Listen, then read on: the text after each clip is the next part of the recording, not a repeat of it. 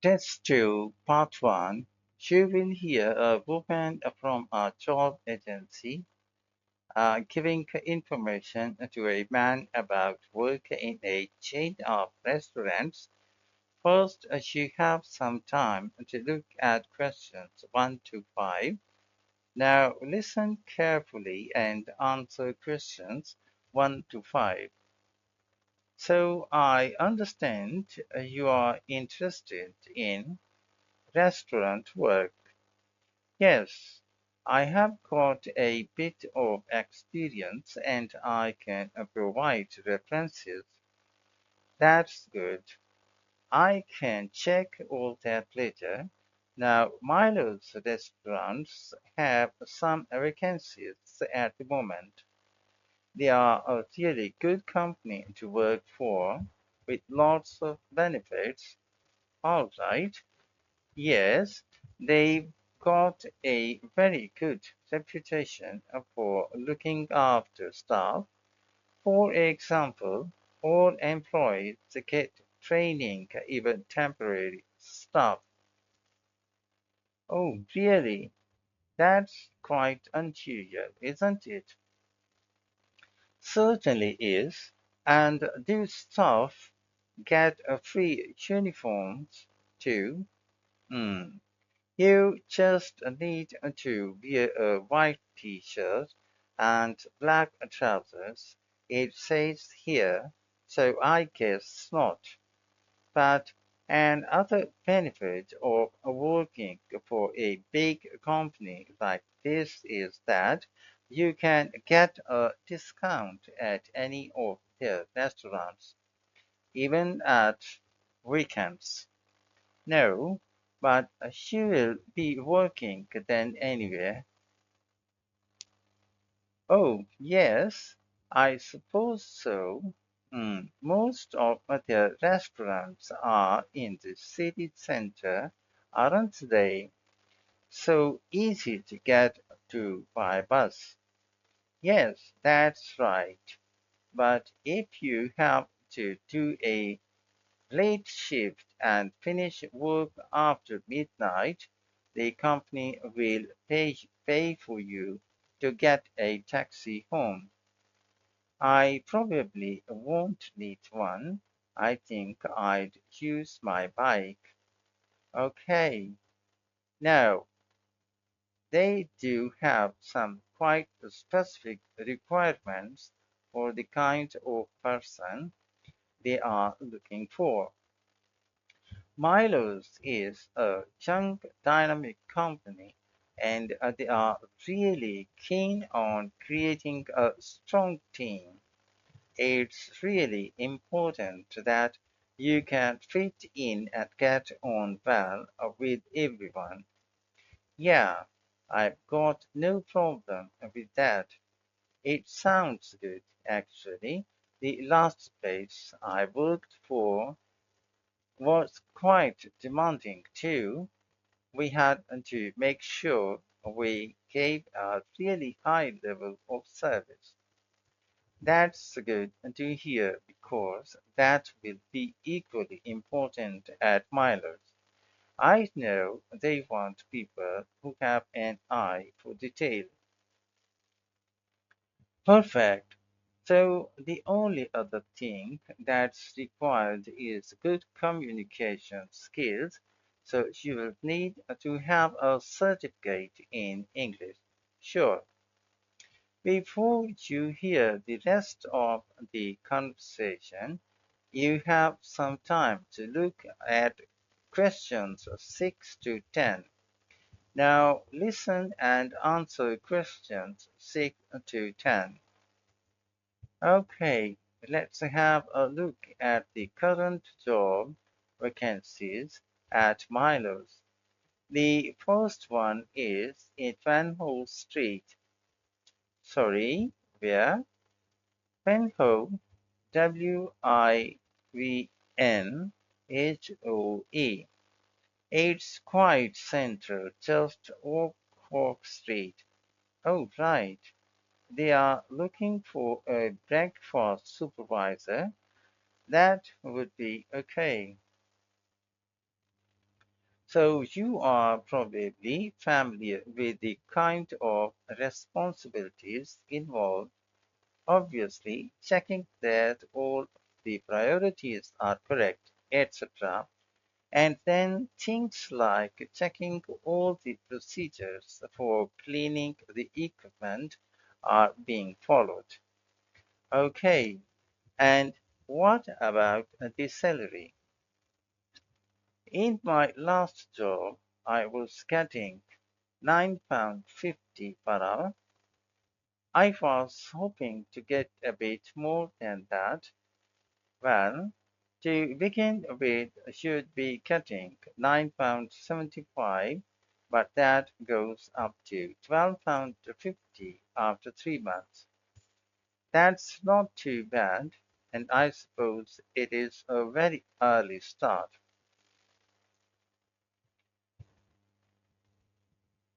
That is the only unattractive thing about this job.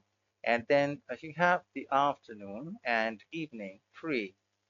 So the restaurant starts serving breakfast from 7 a.m.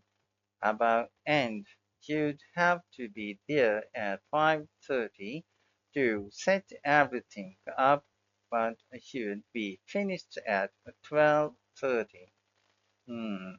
Well, as you say, there are advantages to that. Now, you might also be interested in the job at the City Road branch. That's for a junior chef, so again, a position of responsibility.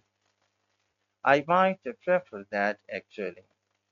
Right, well, obviously, this role would involve supporting the sous chef and other senior staff, and she would be responsible for making sure there is enough stock each week and sorting out all the deliveries.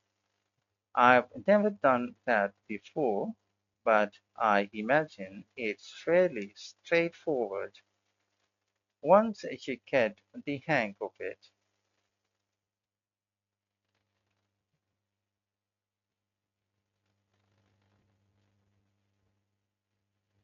Yes, and you'd be working alongside more experienced staff to begin with, so I'm sure it wouldn't be a problem. The salary is slightly higher here. It's an annual salary of £23,000. Right, I know that if they like you, it is likely you'll be promoted quite quickly, so that's worth thinking about. Yes, it does sound interesting. What are the hours like? The usual, I think. There is a lot of evening and weekend work, but they are closed on Mondays. But you do get one Sunday off every 4 weeks. So, would you like me to send off your CV? That is the end of part one. You now have 1 minute to check your answers. In part two, you will hear a talk to members of the public about plans for a new housing development near a town called Nuneaton. First, you have some time to look at questions 11 to 14. Now listen carefully and answer questions 11 to 14. Hello, everyone. It is good to see that so many members of the public have shown up for our presentation on the new housing development plan on the outskirts of Nuneaton. I'm Mark Reynolds, and I am the communications manager at the development. I'll start by giving you a brief overview of our plans for the development. So, one thing I'm sure you'll want to know is why we've selected this particular site for our housing development. At present, it's being used for farming, like much of the land around Nuneaton. But because of the new industrial center in Nuneaton, there's a lot of demand for housing for employees in the region, as many employees are having to commute long distances at present. Of course, there is also the fact that we have an international airport just 20 minutes drive away. But although that is certainly convenient, it wasn't one of our major criteria for choosing the site. We were more interested in the fact that there's an excellent hospital just 15 kilometers away and a large secondary school even closer than that. One drawback to the site is that it's on quite a steep slope, but we've taken account of that in our planning, so it shouldn't be a major problem. We've had a lot of positive feedback about the plans. People like the wide variety of accommodation types and prices, and the fact that it is only a short drive to get out into the countryside from the development. We were particularly pleased that so many people liked the designs for the layout of the development, with the majority of people saying it generally made a good impression and blended in well with the natural features of the landscape, with provision made for protecting trees and wildlife on the site. Some people have mentioned that they'd like to see more facilities for cyclists, and we'll look at that. But the overall feedback has been that the design and facilities of the development make it seem a place where people of all ages can live together happily. Before you hear the rest of the talk, you have some time to look at questions 15 to 20. Now listen and answer questions 15 to 20. Okay, so I'll put a map of the proposed development up on the screen. You'll see it is bounded on the south side by the main road, which then goes on to Nuneaton. Another boundary is formed by London Road on the western side of the development. Inside the development, there will be about 400 houses and three apartment blocks. There will also be a school for children up to 11 years old. If you look at the south entrance at the bottom of the map, there's a road from there that goes right up through the development. The school will be on that road at the corner of the second turning to the left. A large sports center is planned with facilities for indoor and outdoor activities. This will be on the western side of the development, just below the road that branches off from London Road. There will be a clinic where residents can go if they have any health problems. Can you see the lake towards the top of the map? The clinic will be just below this and to the right of the street of houses. There will also be a community center for people of all ages on the northeast side of the development. There will be a row of specially designed houses specifically for residents over 65, and the community center will be adjoining this. We haven't forgotten about shopping. There will be a supermarket between the two entrances to the development. We are planning to leave the three large trees near London Road, and it will be just to the south of these. It is planned to have a playground for younger children.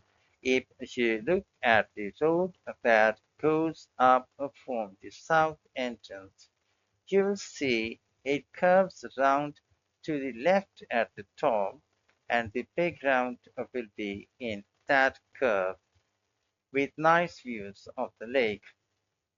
Okay, so now, does anyone have any questions? That's the end of part 2. You now have 30 seconds to check your answers. In part 3, you will hear two geography students, Adam and Michael, talking about a volcanic eruption which took place in Iceland in 1783. First, you have some time to look at questions 21 to 26. Now listen carefully and answer questions 21 to 26. So, Michael, shall we make a start on our presentation? We haven't got that much time left. No, Adam, but at least we've done it.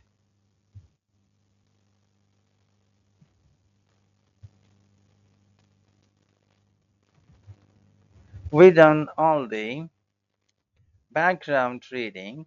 I found it really interesting. I'd never even heard of the Rocky eruption before this. Me neither, I suppose. 1783 is a long time ago, but it was a huge eruption and it had such devastating consequences. I know it was great. There were so many primary sources to look at. It really gives you a sense of how catastrophic the volcano was. People were really trying to make sense of the scenic for the first time, of the science for the first time. That's right. But what I found more significant was how it impacted directly and indirectly on political events as well as having massive social and communic consequences. I know that should be the main focus of our presentation. The observations made by people at the time were interesting, wouldn't they? I mean, they all gave a pretty consistent account of what happened, even if they didn't always use the same terminology. Yeah, I was surprised there were so many weather stations established by that time. So as you can see how the weather changed often by the hour. Right. Writers at the time talked about Lakey haze to describe the volcanic fog that spread across Europe. They all realized that this wasn't the sort of fog they were used to, and of course, this was in pre-industrial times, so they hadn't experienced sulfur-smelling fog before. No, that's true. Reports from the period blamed the haze for an increase in head issues, respiratory issues, and asthma attacks, and they all describe how it covered the sun and made it look a strange red color. Must have been very weird. It is interesting that Benjamin Franklin wrote about the haze. Did you read that? He was the American ambassador in Paris at the time. Yeah, at first no one realized that the haze was caused by the volcanic eruption in Iceland. It was Benjamin Franklin who realized that before anyone else. He is often credited with that apparently, but a French naturalist beat him beat him to it. I can't remember his name. I'd have to look it up. Then other naturalists had the same idea, all independently of each other. All right, we should talk about the immediate impact of the eruption, which was obviously enormous, especially in Iceland, where so many people died. You'd expect that, and the fact that the volcanic ash drifted so swiftly, but not that the effects would go on for so long, or that 2 years after the eruption, strange weather events were being reported as far as North America and North Africa. No, I found all that hard to believe too. It must have been terrible, and there was nothing anyone could do about it, even if they knew the ash cloud was coming in their direction. Before you hear the rest, you have some time to look at questions 27 to 30. Now listen and answer questions 27 to 30. We should run through some of the terrible consequences of the eruption experienced in different countries. There's quite a varied range, starting with Iceland, where the impact on farming was devastating.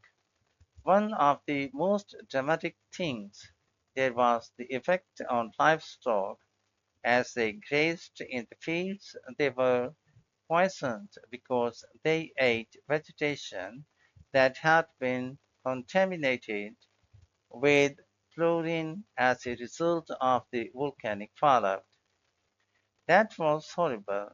In Egypt, the bizarre weather patterns led to a severe drought, and as a result, the Nile didn't flood, which meant the crops all failed.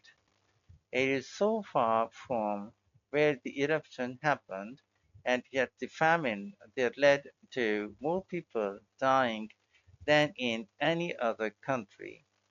It was worse than the plague.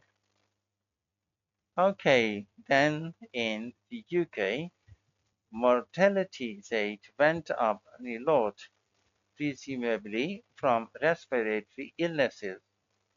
According to the report, it was about double the usual number and included an unusually high percentage of people under the age of 25. I think people will be surprised to hear that the weather in the USA was badly affected too. George Washington even makes a note in his diary that they were snowbound until March in Virginia. That was before he became president. Yes, and there was ice floating down Mississippi, which was unprecedented. Oh, astonishing, really. Anyway, what do you think we should include next? That is the end of part 3.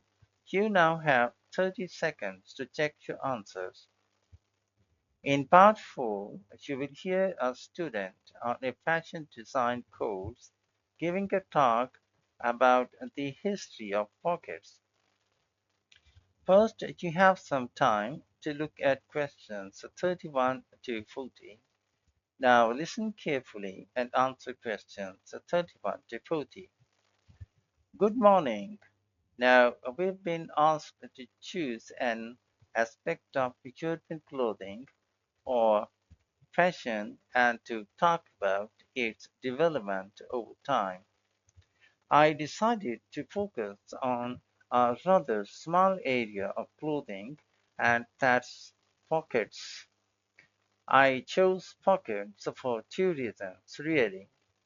We all have them in jeans, jackets, coats, for example, and even though we often carry bags or briefcases as well, nothing is quite as convenient as being able to pop your phone or credit card into your pocket. Yet, I suspect that other than that, people don't really think about pockets too much and they are rather overlooked as a fashion item. It's certainly very interesting to go back in time and see how pockets developed for men and women. In the 18th century, fashions were quite different from the way they are now, and pockets were too. If we think about male fashion first, that was the time when suits became popular, trousers were knee length only, and referred to as breeches.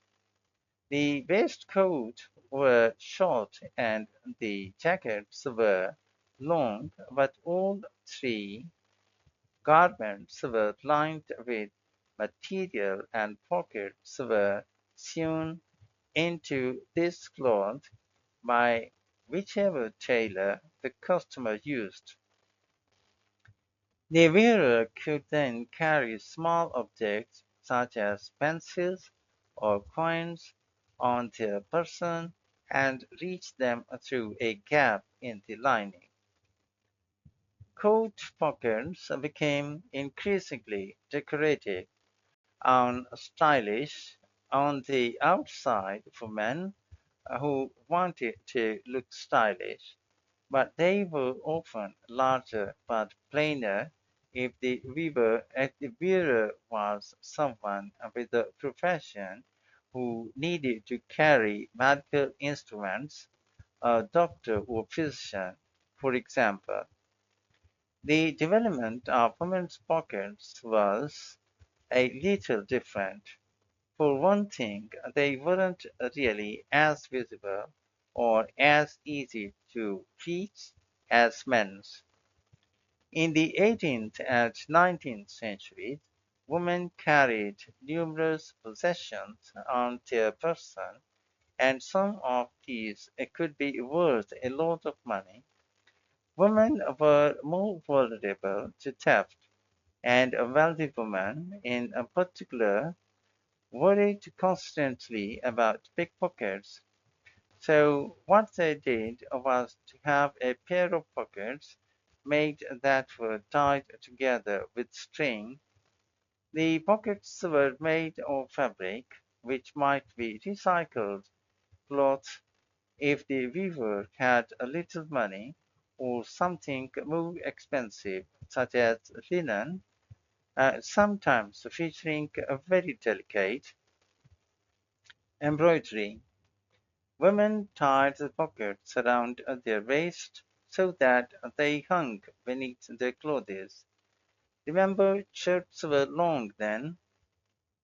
They were, and there was plenty of room to hide a whole range of small possessions between the layers of petticoats that were commonly worn. They would have an opening in the folds of their skirts through which they could reach whatever they needed, like their perfume. Working women, of course, also needed to carry around items that they might use for whatever job or trade they were involved in, but their pairs of pockets still remained on the inside of the clothing. They just got bigger and longer, sometimes reaching down to their knees. So the tie-on pockets went well into the 19th century and only changed when fashion altered towards the end of the period. That's when dresses became tighter and less bulky, and the pairs of pockets became very noticeable. They stood out too much and detracted from the woman's image. Women who had been used to carrying around a range of professional possessions and still wanted to needed somewhere to carry these items about their person. That was when small bags or pouches, as they were known, came into fashion. And of course, they inevitably led onto the handbag of more modern times, particularly when fashion removed pockets altogether. That's the end of part 4. You now have 1 minute to check your answers to part 4. That is the end of the listening test. In the IELTS test, you would now have 10 minutes to transfer your answers to the listening answer sheet.